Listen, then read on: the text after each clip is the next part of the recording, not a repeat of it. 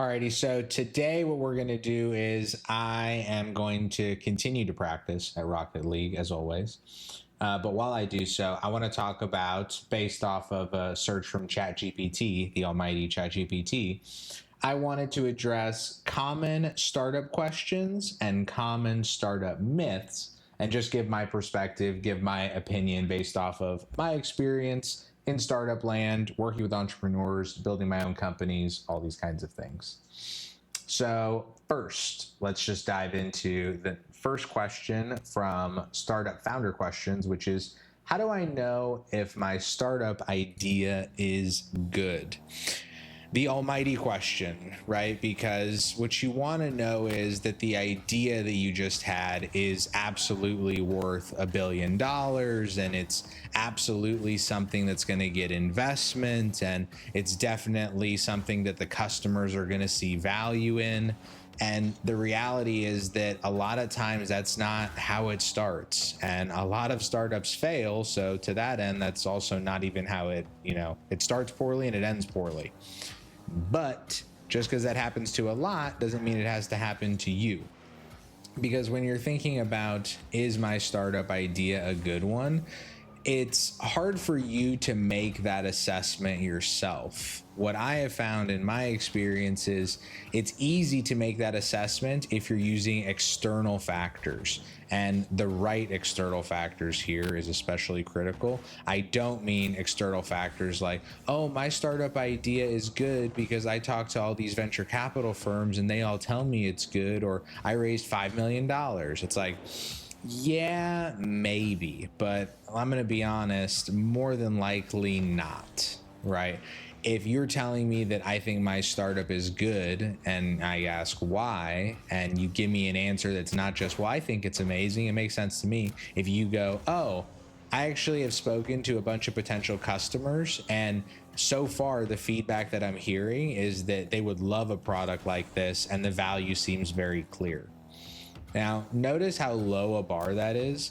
He doesn't say that he already has the product in existence. He doesn't say that he has all these leads that are ready to convert tomorrow. The only thing in that example that he said was, oh, I spoke to some customers and it seems like they would like the product and that the value is clear. Just relying on that metric alone, a customer-centric metric, that will tell you so much about if your product is good or not, if your idea is good or not. But your ability to just determine it yourself, I think, is pretty limited, because there's infinite ways to spin a story to yourself about why your startup idea is amazing.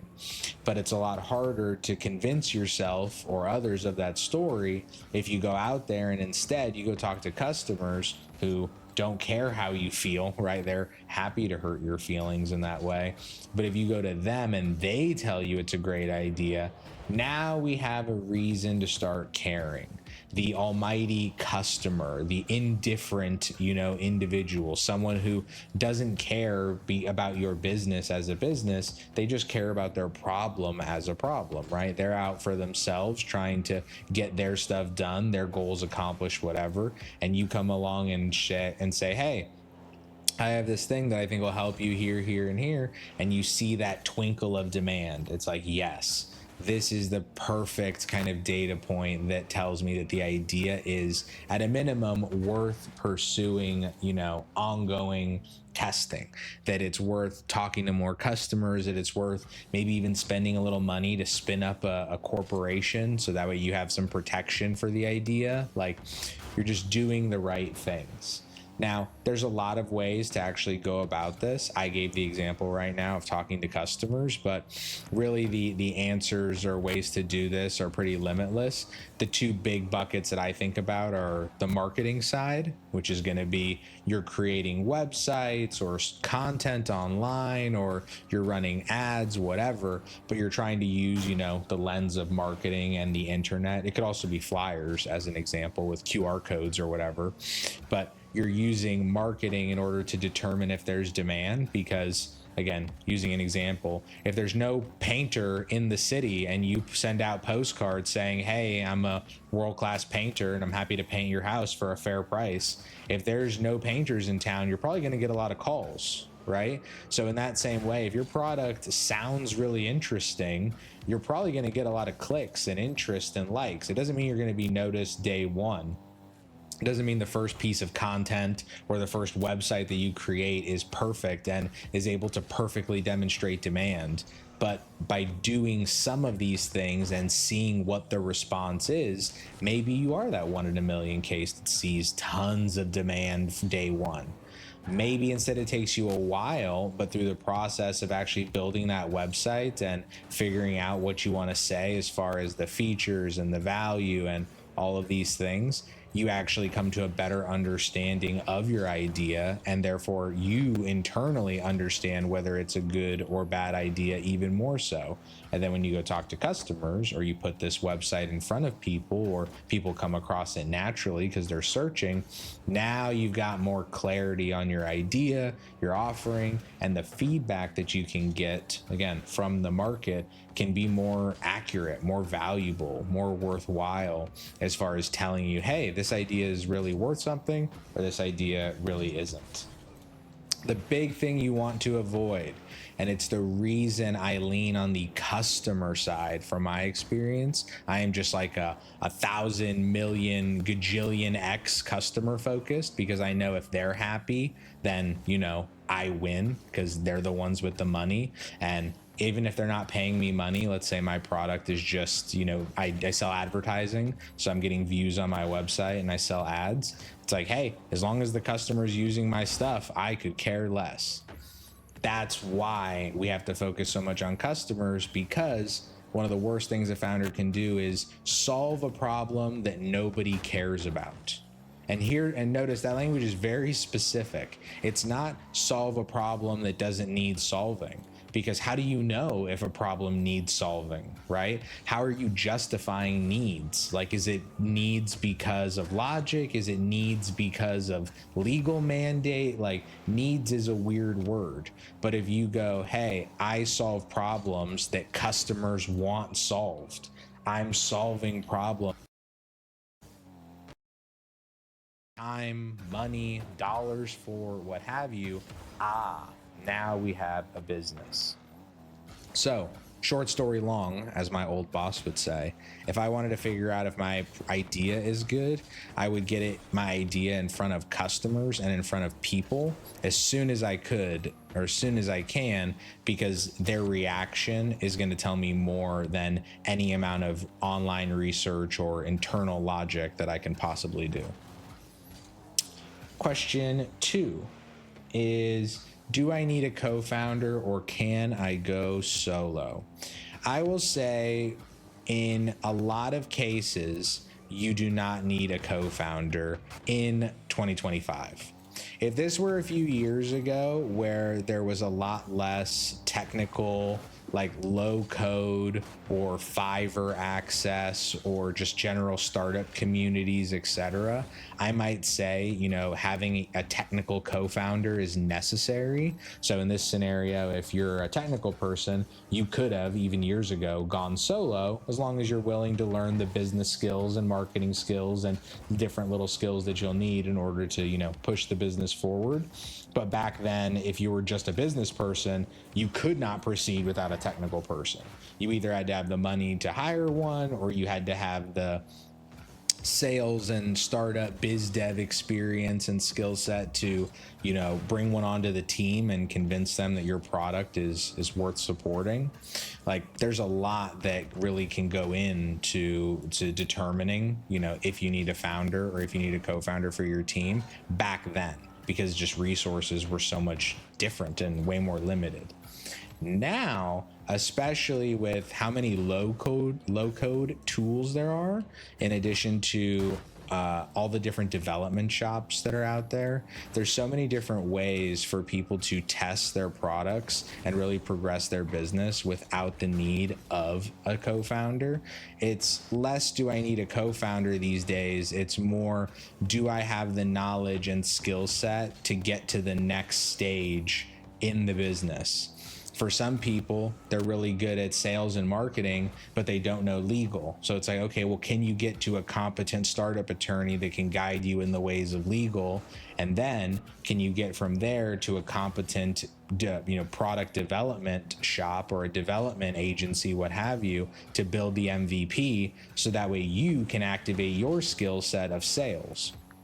But notice, you still needed the skill set of legal. You still needed the skill set of marketing or product. You still had to rely on people. And if for some reason you weren't able to find these people, or you weren't comfortable hiring or negotiating, let's say you were just a super introvert and you just wanted to work on the back end your product and that's all you cared about, again, then yeah, you need a co-founder, because somebody's got to follow those steps. Because if you don't have someone that can get those steps done, the legal's not done, the product's not done. And now this whole sales ability, again, I'm using a poor example of, if you're an introvert as a salesperson, but just keeping it going, you can't unlock your sales ability if your legal and product is all locked up. And if you're not willing to get those things done, you have to find somebody that is, even if that's a co-founder or what have you.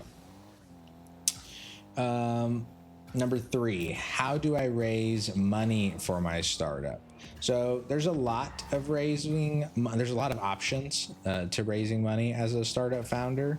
The big ones that everyone considers in the early days are friends and family rounds, which doesn't necessarily just include literally friends and family. It includes everybody that you know and have a personal relationship with prior to the business idea. That's kind of the more accurate definition. But you have friends and family round. You have angel round, where angel rounds angels are investors in startups that come in at the earliest stages, and therefore, of course, they put the most they have the most to gain, because of course they're investing at the lowest valuation, and that's the game they want to play.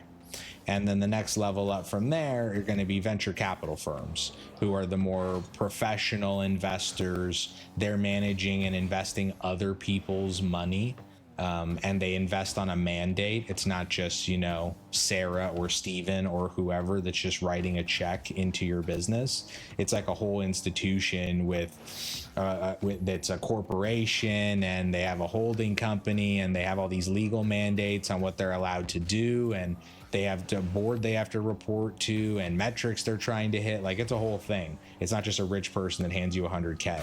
So when we're looking at that early stage, how do you raise money for your startup?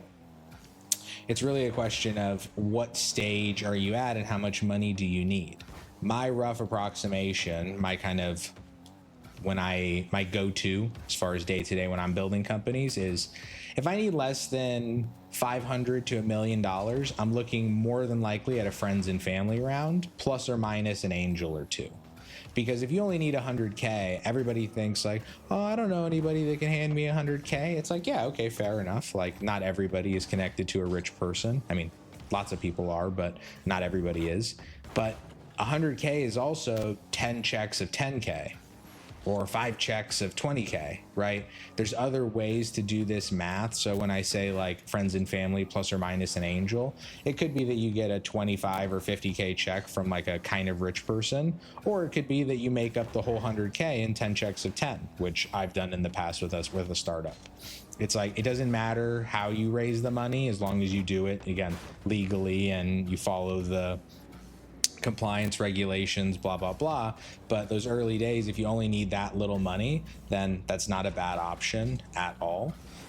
From there, you start getting into angels. Angels will often invest at idea stage and or early product stage, where you have like a very early quasi-functioning version of the offering you want to bring to market.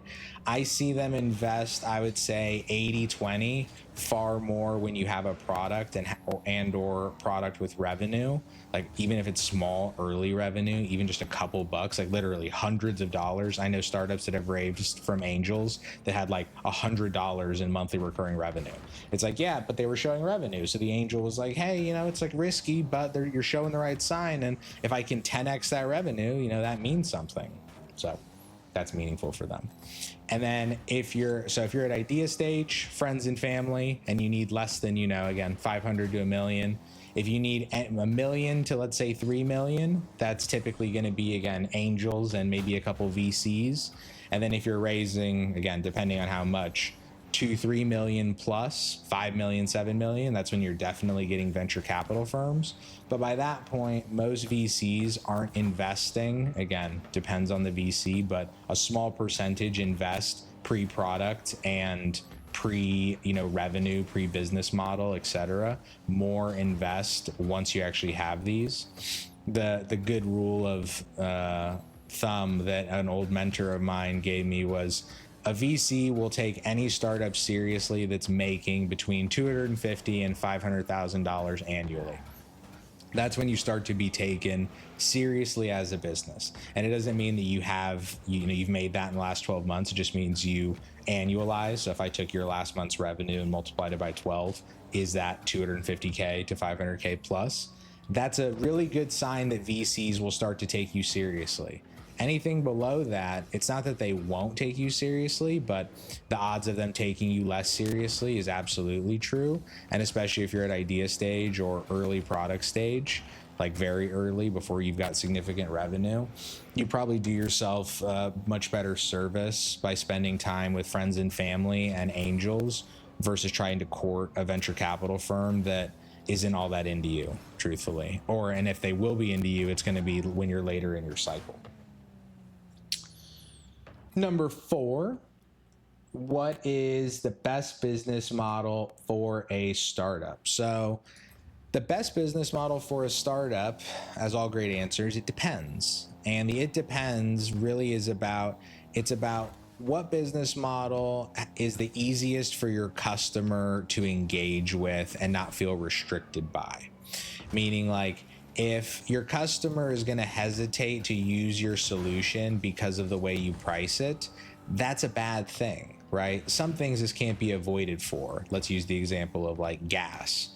When you go to the gas station, you're paying per gallon, and when you use it, you're using what you paid for and you're drawing down on it, dollar per dollar, mile per mile, right? That's different than if you have for example, a subscription software where you're spending $500 a month and you can use the thing as much as you want, right? One's an unlimited resource in that way, and one is very much tied to the resource. So depending on the business model and depending on how your business works internally, your own cost structures, you want to find a business model that's cohesive and allows you to actually operate. As an example, if one of your major costs is compute, then maybe you should change and adjust your business model to reflect different pricing based off of different compute demands.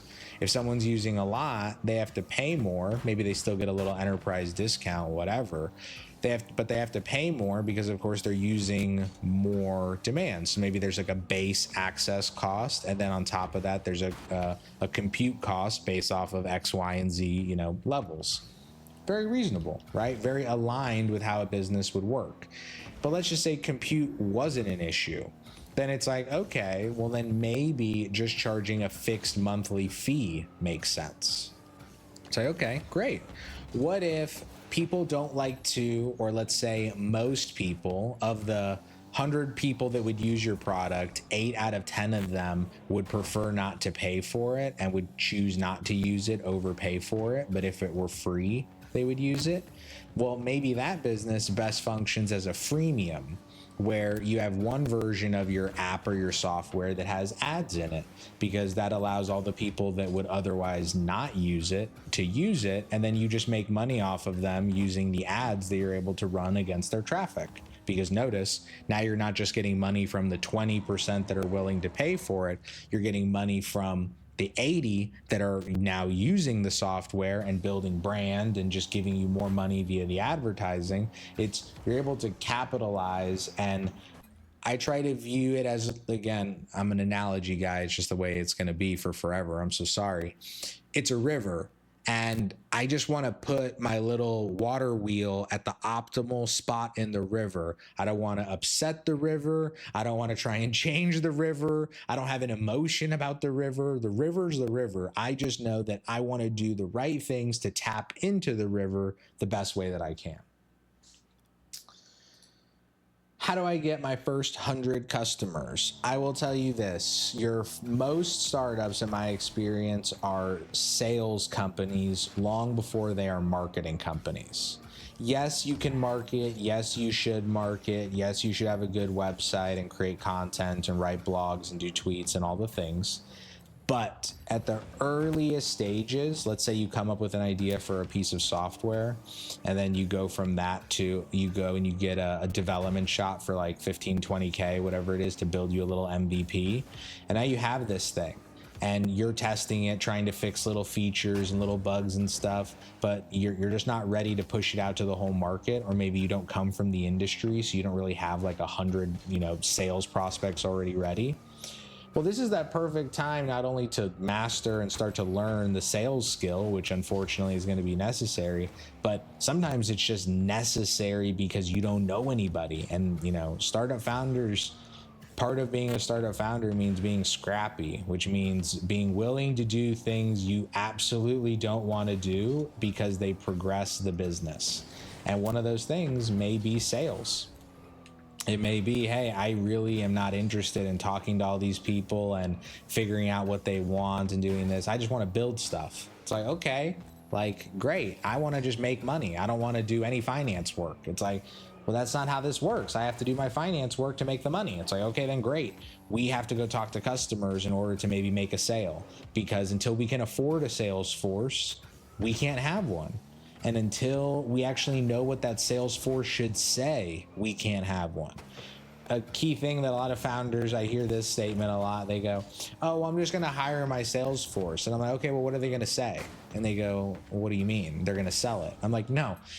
Do you think they just appear in your office and they just like Obi-Wan Kenobi you in some way, and they just absorb all the information on why someone would buy your product? You have to teach them the reason someone would buy your product, the selling points, what language you've used in the past that has worked well, and then they are going to go execute and improve on it. Yes, you may bring on a salesperson in the early days that their job, right, in terms of maybe they're your co-founder. Let's say you're the tech guy or you're the businesswoman, and you bring on like the salesperson who's a counterpart or part of the trio. It's like maybe their whole thing is, this person is, hey, I'm the finance guy and we have a tech person. Now we brought on the salesperson. The finance person and the tech person, our word's no good. We're not good at that. You go do it, sales guy. And then the sales guy goes out there and says, my job's to discover this. My job's to take what we know internally, test this, test that, see what people respond to, and get those first customers. A big thing to remember are your first customers. They matter a lot because they're the first people that believe in your business and give you a sense that you're actually building something of value.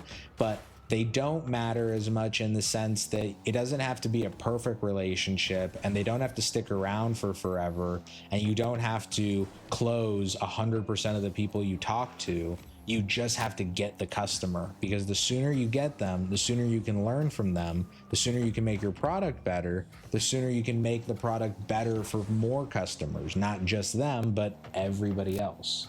So doing this sales process of going to networking events, doing cold outreach, asking people in your network if they know people, starting to tap into your own personal network. These are all the beginning ways of doing this. The other way, again, let's just say sales isn't your thing, but for some ungodly reason, you're comfortable behind a camera. I can't imagine why anybody would be. Respectfully, this is kind of a nightmare, but here we are. It's like, hey, if you're really good at marketing, then great. Post videos every day talking about the problem, talking about your product, talking about this, talking about that. And if people see you and they see the product and they engage with the problem, you're going to get people, and they're going to follow, and they're going to sign up for your wait list and all these things. Most people, I will tell you, are very resistant to doing content and doing marketing or spending money on ads. And here's a little pro tip. More than likely, ads are not going to be the way way that you get those first 100 customers, because when you go shopping, very rarely do you buy from just some random unproven company with no reviews and, you know, very minimal web presence, etc. Your standard's higher, so why wouldn't your customer standard be, you know, at least your level, right? We want to be reasonable here. Number 6, when should I quit my job to go full-time on my startup? You should quit your job when you're from my experience, you should quit your job when your startup commands that you should, by like situation specific circumstances. Let's give some examples. Let's say that you create this in your free time, you build this thing, you know, in your basement on the weekends, and it starts to make a little bit of money because you start to do some marketing or some sales, what have you. And now things are looking good, and now it starts making a little bit more money and a little bit more money. And now you go from working on it 1 or 2 hours a day to working on it 4 or 5 hours a day just to maintain it. We're getting some pretty strong signals here that if your business is, you know, something you're passionate about and something you think has a good long future, or at least, you know, a value that you can capture in the short term, you know, raise it, grow it, scale it, exit it type deal. If you think it's that, and you're a founder type, you're a risk on type that wants to get out there, then at that point you should consider dropping the main business and dropping your main work for the sake of prioritizing your business. Because if you're making, again, 100K a month, again, just using round numbers, working on this 5 hours a day, what could you do if you were working on it 10 hours a day, 12 hours a day? What if all your attention was focused on this? Who knows? Maybe that could be $1 million a month, right? And wouldn't that be interesting? So when we look at this, notice how I'm making the decision based off of there's a value to unlock. I'm not just emotional about it. And this is just an unfortunate reality. A lot of founders are a little too emotional, or they let their emotions impact them, I would say, a bit too much. It's okay to feel your feelings. Sorry, my camera just did a little glitch thing. I'm not sure why it does that. It's okay to feel your feelings and have these, you know, emotional reactions to things, or feel them, but it's not how you act. You have to act differently, you know, in spite of these feelings, shall we say.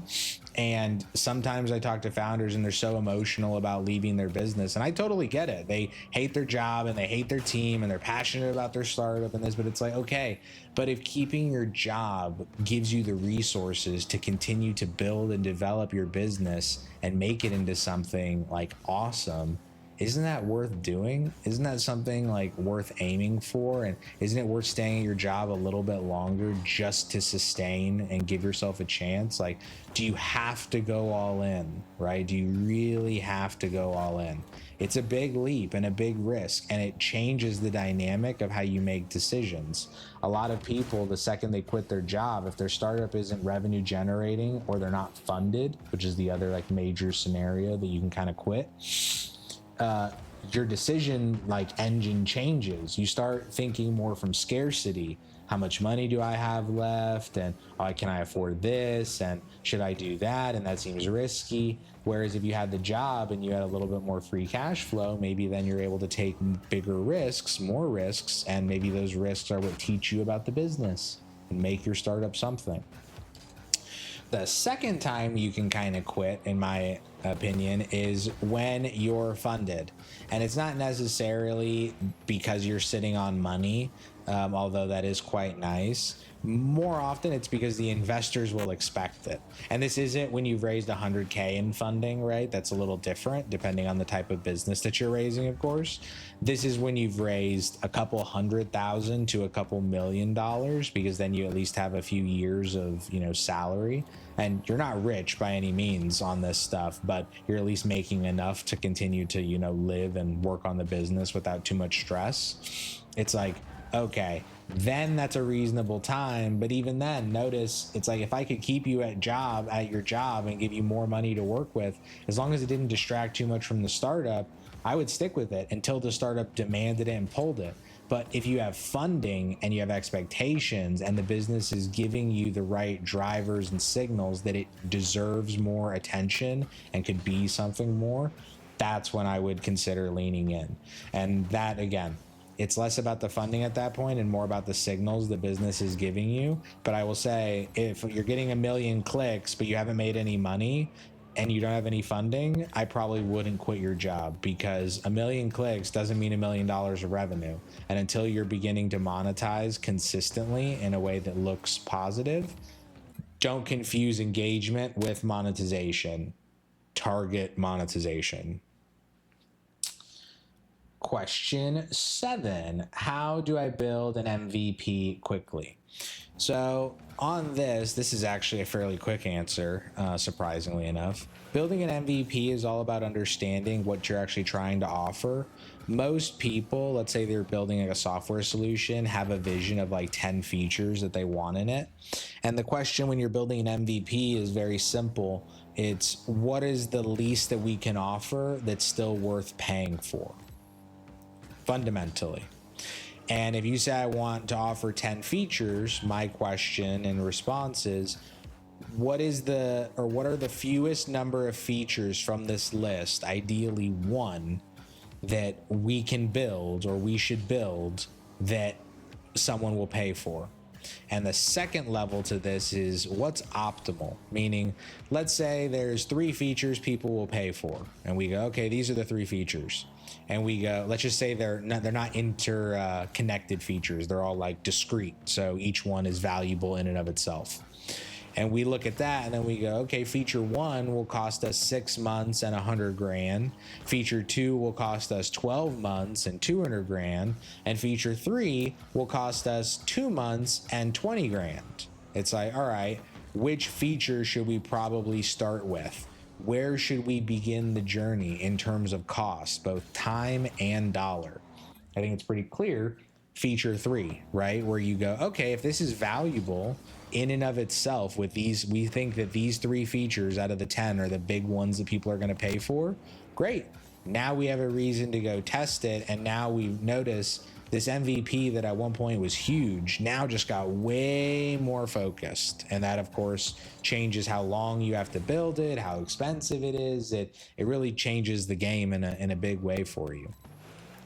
Second piece to this, as far as building your MVP, is determining what an MVP actually looks like. Because now you know what you want to offer, right? You've boiled it down to your one core thing. And again, let's just say we're using a piece of software as the example. My natural question is, do we have to build the software in order to demonstrate the value of it? As an example, let's imagine that you had a software that helped people stay more compliant, and it stayed more compliant based off of this process and this process and this process. It's like, great. Well, do you need to have the software in order to action those processes, or could you do them manually? It's like, oh, well, if we had the software, it would take an hour. If we have to do it manually, it would take 20 hours. It's like, okay, well, if we have no money to build an MVP, then our MVP is going to be us doing the work manually. It's going to be like, oh, why does the hammer, well, why should we invent a hammer? It's like, well, if I hit a brick on a nail, it goes in. Imagine if I did it with this metal chunk that was designed for it. It's like, oh, I did this horrible version to demonstrate the value, which justified investment to make the next level of it. So in this example, hey, we have this compliance software, or we have this sales process that if you do A, B, and C, you're going to make more money. It's like, great. Well, the sales software, can you just do the sales? Can you run our team through what they would be run through in the software in person? You go do that for a few companies. Not only can you A, get paid for it, but B, you make money, which you can then turn and invest in building the MVP with a development shop. It's like a lot of people are very quick to jump to, I have to build the software and do everything day one, when what I tend to think about is much more, I have to demonstrate the value of my offering. Then that's just manual. If I can do it via software, like if I could go on a low-code builder and build the MVP in 20 minutes talking to ChatGPT, amazing, do that. Why wouldn't you? Higher fidelity and better for testing. But if it's going to take 6 months and 600K, or you can just go get to work, and yeah, it may cost 20 hours of your time, but hey, now you've got a case study and you've got all this stuff, like that's a worthwhile investment to me. So by narrowing your focus on what your value is, and then by further narrowing the focus on how you can deliver that value, I find that really cuts down the MVP process to something much more manageable. How to avoid running out of money? Ooh, the age-old question. You avoid running out of money by having proper financial management. And really what that comes down to is understanding what you're spending and how much you have left. Because as a startup, we're going to assume you're not making tons of money day one. Of course, the goal is to get to make tons of money, but that takes a couple months or maybe even sometimes a couple years. Ideally, it's a couple months and you can start generating revenue within those first 12 months. But some businesses and some startup journeys, they do just take longer, and that's the nature of the beast. But to avoid running out of money, you really have to understand what's it going to cost to keep this business going. If the business is something you work on part-time and you already have a full-time job, well, then you're fine, right? As long as the business isn't using too much capital, right? Let's just say it costs you $5,000 a month to host your business. It's like, all right, well, can you reduce that cost at all? Like, what are you doing to that it costs this much this early, right? There's fundamental questions there. But let's just say you're a super rich guy. It's like, that's fine, because then 5K doesn't mean anything to you. So notice you don't really have to worry about running out of money if you have tons of money, or, you know, infinite money in that way, or functionally infinite money for where you're at. But beyond that, the way that I like to think about how to not run out of money,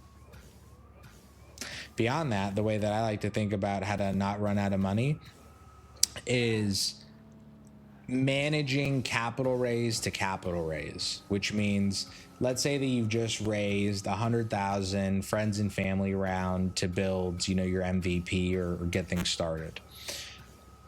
The amount of money that you raise should be geared towards a specific accomplishment that makes the next raise more likely to occur.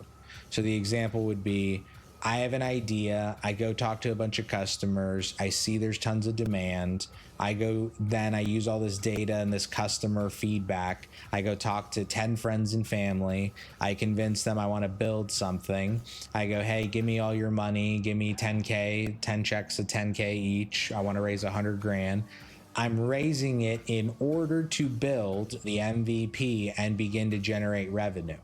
So now you go do this, and notice now the first set of investors, this friends and family group, they have an expectation where they're like, oh, I know what I'm buying. I know where my money's getting me. It's not just, oh, Aaron's taking money for the business. It's like, well, what do you mean for the business? What are you going to do with the money to the business, right? It's like, oh, well, we're going to turn all my customer interviews into an MVP. Amazing. Now that's something you can sell to an investor, let's not say easily, but more easily than anything else. I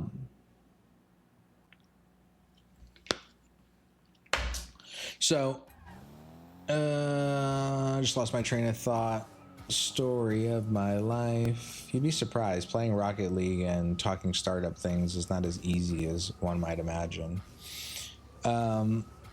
How do I avoid running out of money? Okay, so now you have a product that, or you have an expectation for the first set of investors.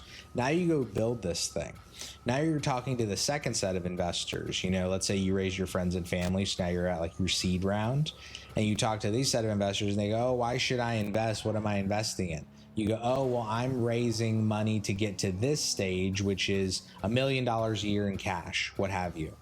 Notice how you're raising money with a goal in mind that would enable you to raise money at the next level. I was able to raise money from the seed investor because I got to a good position with the friends and family investor. So I planned ahead.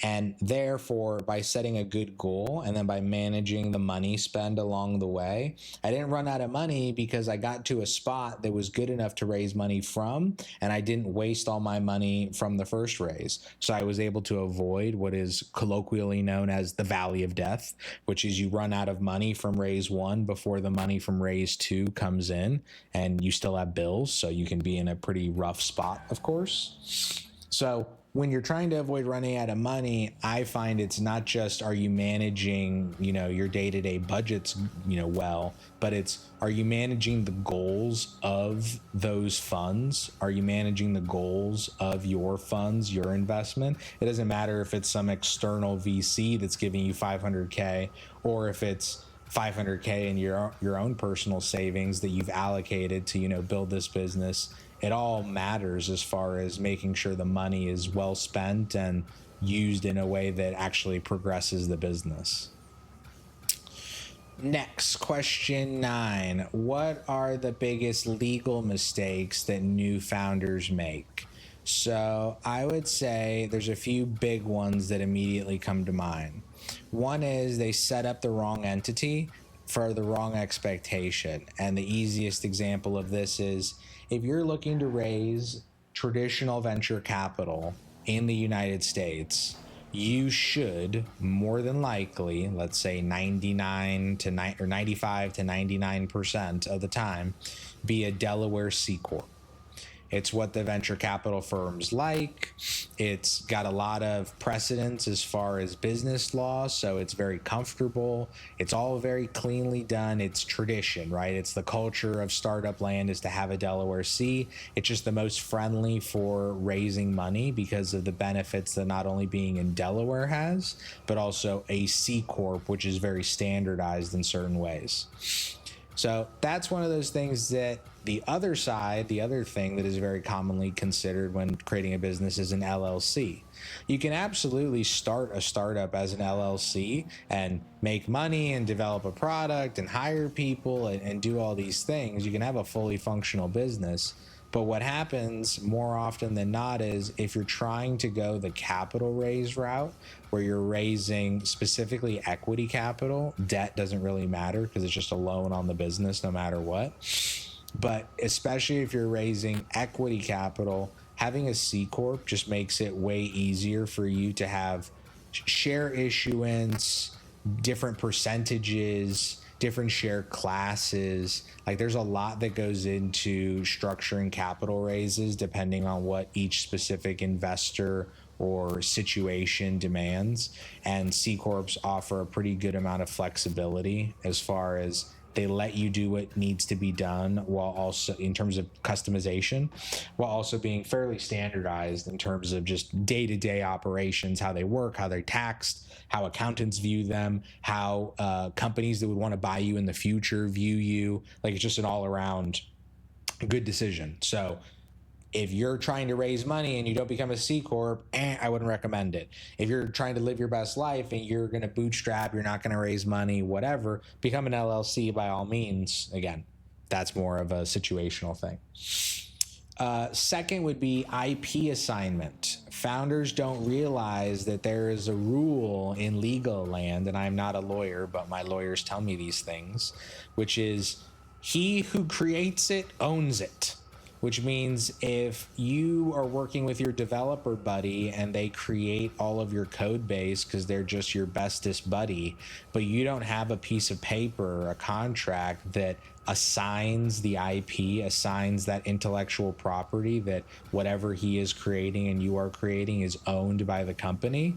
Well, if it's not owned by the company, I wonder who it's owned by. Him. So that means that when things go poorly between you two in 6 weeks, yeah, he has all the code and legally it's his. So the end, right? That is a really bad situation. It happens, I would say, most often in two scenarios. One is product, where people don't get the right type of legal assignment from the developers that they hire or bring on, and also is marketing.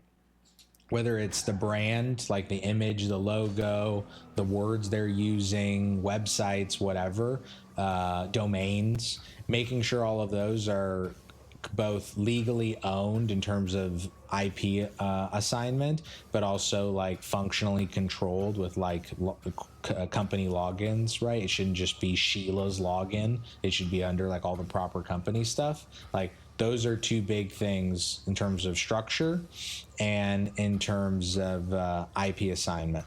Third one I'll throw in as a little bonus, which is good, is 83B, which is a combination financing and legal thing. But functionally, a lot of people don't understand vesting schedules. And what they do, and it's a big mistake that founders make, is they'll just give whoever they're working with, like let's say you and me start a business and we don't have a vesting schedule. That means day one, after we sign the documents, we both own our chunks of the business, the end. So if I just walk away, that's it. You can keep building this business if you want, but I'm not legally required to do anything. I just own the equity, and that's all there is. Just like I own a house, or I own a stock, or I own whatever, the end. In this scenario, that's really bad, right? Because now you don't want to build this business because you've got, a jackass attached to it and they own half the company. You put a vesting schedule in place, now you're in a better situation. A vesting schedule, what it basically does is it lets you earn your equity over time. What that means functionally is it's not a question of, oh, did I sign this paper on a Monday? Now I own all the equity. It's, oh, I have to keep doing my job and living up to these expectations every Monday for insert X number of years. The most common figure for founders is 4 years. So you have a 4-year vesting schedule, because where are you going? You're not going to be with us for 4 years? What the hell? So it's like, that's a pretty standard structure that venture capital firms would be familiar with and enjoy. And then within that vesting schedule, so now let's just say, hey, now you're not going to earn your equity all at once. You're going to earn it month by month over 48 months. Hooray. Now, if you and me start this business on a Monday, I can't just leave. I have to keep working for at least 4 years in order to earn my equity. If I leave halfway through, well, I only earn half my equity. So you may not love it, but at least you don't hate it, right? Because now at least I only left with half as much as I could have, because you properly structured all of the legal, which is great. The addition to this in terms of vesting schedules is your cliff. And a cliff basically says, hey, if we're really going to build this thing, we need to kind of show that we're really committed to the cause. And what that looks like is, so for those 4 years, that vesting schedule I just identified, for the first year, we don't earn anything. Month 1, 0%. Month 2, 0%. Month 3, 0%. But month 13, we get the full 12%, or the full 12 months of equity. We get it then. So the idea is you have to stick around for the first year, and then you get a bulk payment of everything that shows your commitment. Because if you're only here for 6 months, we don't want to give you even 3%, 4%. Like, you got to show that you're willing to commit and stick to it and be a part. And if you leave soon, you don't get anything, Jack. And that's just the end. That is very popular because, again, why do you want someone to have equity in your business if they've only been there for like 2 or 3 months and they haven't really contributed that much and they leave the business immediately? Like, that's not going to motivate you and the rest of the team. So this may seem like a harsh thing, but it's actually a protection, because you don't realize if someone gets a bunch of unearned equity and then the rest of the team is super pissed, or they feel like that's really unfair, they're not going to be motivated to earn their equity, to stick around, to do these things. So you have to kind of build these contracts knowing that you have to protect the whole of the company, not just think of, one person by one person. You're trying to build a whole thing. And that's just part of the nature of the risk. Do you need a cliff? No. Not by any means. There's plenty of businesses that I've worked on that don't have it because the nature of the relationship of the co-founders. But I will say all of them, 100% of the ones I work on, have vesting schedules. No one just gets their equity day one. Hell no. But some of them don't have a cliff because people were already working on the business for 6 months. They've demonstrated tons of work ethic and contribution. So we're just starting the cliff, or we're starting the vesting schedule day one that we formed the company legally, and all that's good to go. Like, again, reasonable situations can be reasonable. 83B factors in, again, coming back to the main point, because when you're earning your equity over time, let's just say year one, the company's worth 0, and year two, the company's worth 3 million, and year three, the company's worth 7. The value of your equity, and therefore the value that you're going to have to pay on it in terms of tax when you later sell it, because ideally you're going to be selling it and getting those proceeds, it's going up because you're making more money. You're making 25% of your shares at a higher valuation. Hey, you're making more money. What an 83B does is it lets you effectively say, hey, all of these shares are worthless all the way up front. Like right now, they're worth $0. So let me pay tax on them right now. So that way in the future, no matter what happens to them, I don't have to pay any extra tax, or my tax is reduced. That is a huge thing. And depending on, again, various variables, both where you live and how things are owned and you can save like 20, 30, 40%, again, depending on where you're looking, on your taxes when selling. If you have an 83B in place, because you're earning your equity over time, and that valuation is going to increase and hurt you if you don't. So now notice having this vesting schedule is super awesome, because not only does it provide a tax benefit, because now you're earning your equity over time, so you can run this 83B and you're in a good position, but it keeps people motivated and excited, because it's like, hey, I got to keep earning my equity for the next 4 years in order to get everything I want. Let's get some hustle. Remember, startups are not small businesses. So you can't have the same expectation of, why isn't this business like perfectly looking out for all of its employees, kumbaya? It's like, startups are high octane capitalism, right? We're trying to make $100 million businesses in 2, 3, 4 years and then sell them. It's a big lift. It's a big challenge. Like, you have to realize this is like super capitalism. Doesn't mean you have to be an asshole, but it's super capitalism. And last but not least, number 10. Number 9. No, actually, that was number 9. Number 10. How do I balance growth versus profitability?